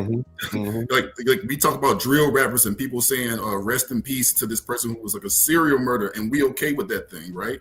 We put our women on television to do these ratchet television shows, and that's their public image all over the world. And they're not canceling those folks, but if you just go happen to perform a song, you public enemy number one, and the Crips need to drop Snoop. But I'm like, you ain't canceling him for being a Crip? Like, what are we doing here? Didn't he murder somebody or something back in the day? He did. Apparently it was self-defense, but still, like, this is a domestic terrorist organization according to the United States government, and you didn't say, oh, we don't need that in our community. We need safe communities. You didn't cancel them then, but I want to perform a song. I don't feel the way that y'all used to feel no more. I took a look at both sides and say, well, they both the same, same bird, two different wings. I'm gonna vote my interest, but according to them, you have to be on code. And if you're not on code, then you every worst thing in the book. You're a white supremacist, you're a Trump supporter. Man, and I supported the brother who's an alpha as well, Cornel West. That was where my vote went. So. And I still get smoked. And no one's ever asked me who I voted for. They just think I voted for Trump. Right. And I would second that too. People ask, you vote for Vice President Harris? I said no. They said, oh, you want those Trump? I said no. I voted for Cornel West. I was waiting your vote then. You waiting. I voted for Cornel West. I'll say it publicly. Jason voted for Cornel West, an alpha. I'm a Kappa. Me too. I'm iota. So. Boy, I'm in horrible company. Look at this. I'm just kidding with y'all, man. This is a little fraternal banter amongst the brothers, man. But shout out to Eric Powell. We finally have a real president back in the White House. You brothers hit some real good points, but let me give you a little. And you guys are obviously younger than I am. At a certain point, you just stop giving a crap. I don't care what they think anymore. Because what you realize is you don't need them, okay? You got family members that fall out with you. If they fall out with you behind that, imagine if something real happened to you. They're not your real family. They were looking for a reason to fall out with you and be mad. I don't care if it's your mom. Some people look for a reason to be angry with you. And if they can't actually find a reason, they'll make up one. So good riddance to them.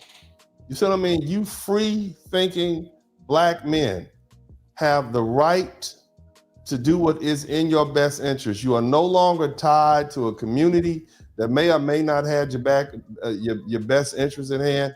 But as men, you have to be, you have to do what's in your best interest. Man, my son told me something interesting the other day. My two sons, as y'all see, getting big. Oldest son to be a grown 18-year-old man and 18 in 6 months. And I told him, I said, son. He said, Dad, you're the only one that calls me a grown man. I'm like, yeah. I said, as far as I'm concerned, you've been grown since you're 13 or 14. You know, at the end of the day, you already are who you are. There's no more raising you. Yeah, you can come to me if you want something, if you need some advice, but you're a grown man. But see, the reason I treat you like a grown man and I call you a grown man, unlike your mother and your relatives, is because I'm going to put the responsibilities of a grown man on you. And if I treat you like a grown man and you begin to appreciate the respect that you receive as a grown man, then you will be a better man. You'll know how to deal with responsibility. You'll be able to make decisions on your own. And so that's why I treat you like a grown man. But see, in the Black community, we have a tendency to, what's the word I'm looking for? Infantilize Black men. And so they never grow up. You try to make a decision on your own, they shame you into not having that decision. So then why even make a decision if mama and big mama and grandmama and wife and uncle and whoever else is going to tell me how to think anyway? No, you brothers have to claim your manhood. You have to claim the autonomy that goes along with it. And anybody that don't like it, man, 2 birds up to them. You understand what I'm saying? And that doesn't mean go out and disrespect people, disrespect your family, but just go off and be like, I'm going to do it my own way. You guys are fraternity guys. And so let me tell you a little story. So I pledged, I was in law school, okay, and I pledged underground, and then thank God I was able to get into a local graduate chapter, but I pledged underground. And so as you guys know, the only way to become a pro-fight is to pledge another group. So we had another guy come in and he wanted to pledge, and the brothers in the law school has decided, well, we not gonna let, brother, it's too much heat. Brother Sperling, we brought you in. You was different. You and your little fat line brother. They call us the number 10 because I look like a 1, and my little fat line brother looked like a 0. And I was tall and skinny, and he was short and round, so he was the number 10 underground. But the bottom line is, I said, well, shit, I'm gonna do it anyway. You see what I mean? So I ended up pledging the brother in my apartment, and I took him through the process, and I had some brothers from undergrad because I was at Southern University. We took them, and we beyond the statute of limitations, so it's all good. I'm not gonna go to jail. But the bottom line is, I told them, and then when they found out, damn, you do it, then they was like, well, I guess we're gonna join in. Like, yeah, motherfucker, I'm gonna do it anyway. I'm not gonna let you stop me from getting my status. This might be the last time I can do that. I don't want to be a neo forever. You see what I mean? And so what I'm telling you, brothers, and same. I remember pro-fight. I remember. Yeah. And you guys, there was a book many years ago, I'm sure most of you have heard of, called Roots. If you read the first part of Roots, it talks about how the young man, Kunta Kinte, had to become a man. And he went off with the men and he learned the masculine traits and how to be a man. And when he came back, his grandma was trying to sun him down. And she said, no, I'm a man. I'm a man. You see what I mean? Same thing when we talk about our fraternity. You're going to be, even after you cross the burning sands and you get your letters, you'll be fetching beer and cooking barbecue as long as you allow them to make you fetch beer and cook barbecue. I've done it. You had to go out and get a bag of ice and you had to bring it back, or yeah. I didn't play that rule. I'll whoop your ass. As soon as I got my letters, like, I'm going to whoop your ass. I'm a big 6'4" dude. I say you a big guy. Yeah, I'm gonna beat your ass, and then we're gonna see. Yeah, you might have more time I'm gonna beat your ass, and then we'll see who's gonna get the beer. You see what I mean? It's like at that point, I'm the yard boss, and this is the penitentiary. I'm gonna slap. I'm slapping people. Bam! You see what I'm saying? And so you got to claim your manhood. And see, that's what I want you black men to do. Be bold about it. Be bold about it. Don't hide from it. Yeah, I voted for Trump. Yeah, I voted for Cornel West. I did it. What you gonna do about it? Like, so ain't nothing you can do. What anything you could have done to me, you would have done already. You see what I'm saying? I am not gonna compromise my manhood or my opinions or my strongly held beliefs to make somebody feel happy. You will bend to my will. You see what I mean? And that's what Jesus was talking. I'm gonna go there. I'm about to go there. I'm gonna get up on my go gotta go there, When the Lord talks about ye are all gods, he does not mean you are the ultimate God in heaven. He means you are gods of your little universe. Anything you can conceive in your universe, you should want to be the God over that. Your family, your household, your job, your education, you Lord over that. And you bend that into your will. You create with your mind and your actions what you want. I don't give a damn what my 60, 70-year-old grandma has to say about who I voted for. I damn sure don't care about my mama, ex-wife, baby mama, or kids. This is what I do because it's in my best interest. If you don't like it, there's the front door. You can hit it. You see what I'm saying? Well, if you don't like it, you have a vote. Go ahead. Use your vote. If you don't like it, use your vote. You don't like it? Yeah. Don't tell me. Let me say this, the way we're demonstrating, we have an alpha, kappa, iota. There's banter between us. We'll poke and things like that. But I always love getting around other brothers from other fraternities because we can disagree, we can pick each other, but there's a respect there. You see what I'm saying? There's a respect there that we leave with. And I wish the black community would replicate that in some way. that we can be on different sides of the fence, different opinions, different organizations, but let's have some intelligent conversations and let's walk away there with a mutual respect. Well, see, the problem is, brother, and this is why most folk don't understand Black Greek letter fraternities. They don't understand. What's that? Y'all not Greek? No, we not saying we Greek. It's called a Greek letter. Would you rather us use Roman numerals? That's fraternity 1788. You know what I'm saying? Like, no. They want us to use hieroglyphics. Yeah, just the uninitiated speaking on things that they have no idea. I heard people throwing us in with the boule and this. I'm like, y'all have no idea what y'all talking about. Yeah, man, it's like, but see, here's the thing. That's about control. Yeah. They just say that to try to shame you and control you. And it all comes, a lot of these so-called pro-blacks, I'm probably more pro want to see Black people do better than any other person on the internet. I just don't tell you what to do. I'm not telling you, yeah, we need to move to Ghana and get in a relationship and try to create trade with our brothers in Africa. I don't tell you that. I say, look, man, get a job, join the military, figure out what you're going to do. If you want to have a family, cool. If you don't, I believe in you having freedom because that's what our ancestors fought for. See, I preach a freedom doctrine. You're a free man to do what the hell you want to do. And I trust that free-thinking men will do us in their best interest, and free-thinking men become like-minded in that regard. They want to take care of their families, they want to take care of their health, they want to take care of themselves. But see, the problem is, man, you got people who want to control you. And see, the most dangerous thing in America is a free-thinking Black man who begins to do what is in his own self-interest. A lot of Black women don't like that because if they can't put that, you know how you put that bridle on that horse and that mule and you ride them? They can't put that bridle on that hits you up to that wagon and get you to pull them through life. You see what I mean? That means they actually have to work on their own. They have to get it on their own. They want to say we're strong, independent, don't need a man, but then they turn around and want a man to help take care of them kids that they end up having to complain when they don't. Otherwise, they get the government. Go ahead, brother. Go ahead, please. Yeah. And what's interesting about that, Unc, is that some of the leaders that we held throughout Black history became those leaders because they were free thinking. Booker T. Washington was free thinking. Malcolm X, Martin Luther King. I mean, the list goes on. Founders of our fraternities were free thinking. Yeah. You know, when people on the Greek tip, I'm like, they were college students on college campuses. These were the type of organizations that were established to bring a level of prestige and a level of belonging. They weren't establishing sewing committees and, you know, all these other kind of random things that were Greek letter fraternities. So they established their own Greek letter fraternity.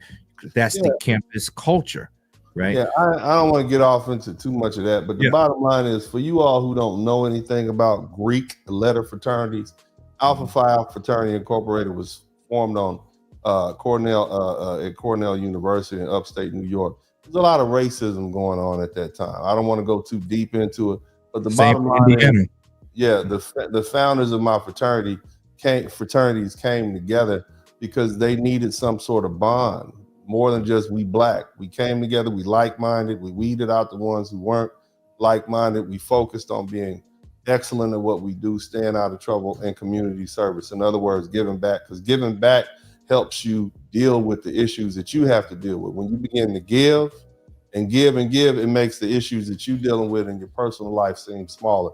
So the racism that they had to deal with, which they were forced to deal with at their university, they said, well, you know what? We just gonna do good. You see what I mean? But let's look at the root of it. These are Black men. What happens when Black men come together and become of one mind and of one purpose? They establish great things. So get past the Greek letter. Look at what happened. Young Black men were creative. They were powerful. I say that to all the fraternity founders. But maybe fraternities is an example of how Black men, even at a young age, can build something that's going to be a benefit to the community and be long lasting. I mean, see, here's the problem. I love my fraternity. I love my fraternity brothers, but I'm a Black man first. You understand what I'm saying? Like, And so, I want to see all of us succeed. I want to see all of those who want to. I don't particularly care if you're a plumber, electrician, a truck driver, whoever you are. I just want to see you succeed and find happiness in this world, because when you got a happy black man living next to you, you don't have to worry about getting shot or killed or carjacked by his children, because he's going to keep that in line. So whatever it takes to get you there. But back to the conversation that we having today, okay? What we talk about today is, what advice do you have to these folks who are crashing out every time they see Donald Trump scratch his nose with the wrong finger in their mind, and then they lose it? What do you think is going to happen if they keep losing it every day for the next 4 years? We'll start with Slim, and then we'll go back to Jason. So I've been noticing since they lost the election, it's like literal everyday posting on some of these socially democratic put together pages, and I just go on there and roast them. I'm like, look, man, like when you lose, you don't get the microphone, you get the headphones, right? Y'all are way too loud to have lost this thing. And to me, if you're not going to learn the lessons that got you here, losing all those swing states, then go ahead. You got my permission to keep losing and keep going down that path. There needs to be some introspection. But what I would say to my brothers who decided to vote their own interest, continue to do so. Speak your mind. You don't have to get into these long conversations like I do with folks, because I don't mind roasting folks. But you don't necessarily have to do that. But stand your ground. Say, look, there's some things I like over here that make sense to me in my household, and that's the direction I'm going to go in. There's no such thing as a black community where men and black women don't get along and we don't have the same political expedience about ourselves. So why am I going to behold myself to something at 80% clip that's not going to yield me anything except a bunch of foreigners who got their own issues with colorism and racism out there that are looking to replace us? And if you don't see it, that doesn't mean that because of my color being the same as yours, that I'm just going to go with you. I'm going to say, you know what? I'm going to do this for me, but I know in the long run, it's going to help us, because maybe you don't see something that I see. And this, hopefully, as time goes on, more people will start to feel more comfortable to come over to not necessarily just automatically giving their vote to somebody, but actually put their boots on the ground and put their line in the sand and say, you're going to give us something, which is the reason why Kamala stopped talking all that I'm black thing and started saying, oh, there's some people who are family and some people who aren't family, because we knew that you weren't black. We made her do that, right? So they listening to us. They may not necessarily follow our stance, but we made them do that, which is why she came up with this plan for black man, which really turned out to not be for black men. Why? Because they're hearing what we're saying over here. So it's like, they're hearing us, man. What people will say is, oh, you shouldn't challenge them. You shouldn't do this. You're just getting in the way. You're causing an impediment to our progress. I'm like, no, you need to challenge all sides to at least come to the table and say, what is it that this community needs? So I'm proud of Black brothers for that, for being at least being vocal enough, even in our smaller numbers, to get that out there. I'm proud of the brothers too, man. Big hand clap for the brothers. We got my man Jay McCallum. Look, I'd like to get another. We got 14 super chats. Let's try to get another 6. That'll put me at 20, and that'll be plenty. That'll be worth my time. I done stayed here about 45 minutes past the time I wanted to stay. We almost 2 miles in. I ran out of vinegar water, and my breath is hot. Anyway, my man Jay McCallum, welcome to the broadcast, brother. What would you like to add to this conversation? We are generally speaking about Donald Trump and his new policies got some people in the outrage, and they're trying to get black folks, black men specifically, trying to shame us back to, I guess, shame us into not liking him and not working with him. And my thing is like, he's the president. We live in the United States. Where you want us to go? You see what I mean? But anyway, Jay, man, the floor is yours, brother. What would you like to add? Go ahead, please. Well, it just goes to show you that all the rights are just changing. Out of women's hands, is going back into the men's hands now. So he's putting more money in our pockets now. All the immigrants and all that. He's not going to tax your check. He's not going to just make you work for basically all these liberals and these the LGBT community. Because that's really all Kamala Harris is worried about them. And he getting that about it. He getting that out of here. Now it's going to be 2 genders. It's only going to be 2. Right, he just worried about more the Americans, and that's why I don't see why he's shamed for that. Why is you worried about? You shamed for worried about Americans? Why are we so worried about illegals? So I don't quite understand it. Yeah, I don't have a problem with making America great again, because making America great means I get more money in my pocket. Making America great means I get lower gas prices. I can take care of my family. That's what it means to me. Jason, brother, look, man, let's go a couple more rounds, man. What else would you like to add, brother? I want to hear what else you guys have to say. Go ahead, brother. Yeah. So I guess the question that you put before me and Slim, my advice would be stop complaining and get to work. Number one. Number two, if you spend your time complaining, you're putting blinders on so you can't see all the opportunity that's still around you. You still have opportunities to make money, go to school, level up, invest, change your community. So if you're going to spend your time complaining, that means you're not spending time working. In the Black community, I heard it say when one of the statues for the Confederate in South Carolina came down, and one of the arguments was, well, why do you have a statue up for a loser? Right? They paint those people, those proponents of the Confederate South, as you still crying over spilled milk. You lost, get over it. And there's truth to that. Take your own medicine. You lost, get over it. Right? Yeah. I mean, you want to continue to erect these idols and continue to point and bash and things like that. Because I have to tell you, if truly Trump is all that you say that he is, meaning the negative things, then you need to be getting to work on building a fortress around what you're trying to protect. If you truly believe that he's that, then you need to get to work and stop complaining. Put your energies towards that, because he's in office. I didn't want him. Slim didn't want him. He's in office. You can't change that. So you say your piece, get to work, but don't ever allow something like the presidency to divide and put enmity between you and your neighbor. Because you got to live with your neighbor every day.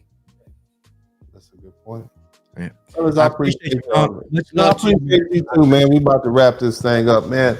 Jason Brown, thank you so much. Shout out to all the good brothers of Kappa Alpha Psi, Slim Shady. Shout out to all the elders. Jay MGTOW, shout out to all the MGTOWs. We can say that now. You know, the rules have been lifted, man. I look forward to seeing what we do, brother. I appreciate you brothers expressing your freedom. I think this election, more than anything else, was Black men asserting themselves on the political scene, saying, nah, we're going to do what we want to do. And that's the first time I've seen that in my lifetime. We are literally openly saying, no, we're going to vote. We're going to do what's in our best interest, to the tune of 20% of us, which is a huge number. It only takes 10% to make a sea change. We got 20%. So, and the other thing is, I'm just want to give a shout out to all the fellas who've been putting in work on YouTube. All my guys, shout out to Deacon Salted Balls. He is back. Shout out to everybody, Salty man. Balls, what's up, dude? Yeah, we ain't seen him in a minute, but he back, man. But Salty Balls is a noob too. Yeah, I know. I didn't even know that. Yeah, man. But what I'm saying is, we asserted ourselves, and there's no going back. The cat's out the bag. The brothers are saying, nah, we're gonna do what's in our best interest. And there's really nothing they can do about it. Because see, they lost us. They told us they didn't need a man. Okay, you don't need this man's vote either. You see what I mean? You don't need this man's political support. You don't want us to be fathers, but you want our vote. Oh no, that's not gonna happen. So it's no going back. They're gonna be sisters that come along with us. They're gonna be brothers that fight again. You know, it is what it is. But I'll tell you guys all the time, you're free men, do what's in your best interest. I don't care who you vote for. I just want you to vote your best interest. Yes. Even if it's a guess. Some of you all are super educated, brilliant men, and you dissect things and you figure out you base that on your vote. Other brothers just follow their gut feeling. I'm cool with that, man. I just want you to know that you're not slaves. You're not enslaved to anybody. And our ancestors fought for that. I take our freedom as men very seriously, because we're the only group of men in this country who had to fight for our freedom as Black men.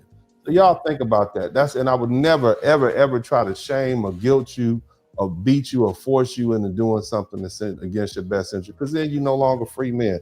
So let's let Donald Trump take out the trash, and we'll see what's happening. Either way, man, this is Uncle D. I love you guys, and as always say, man, I'm out.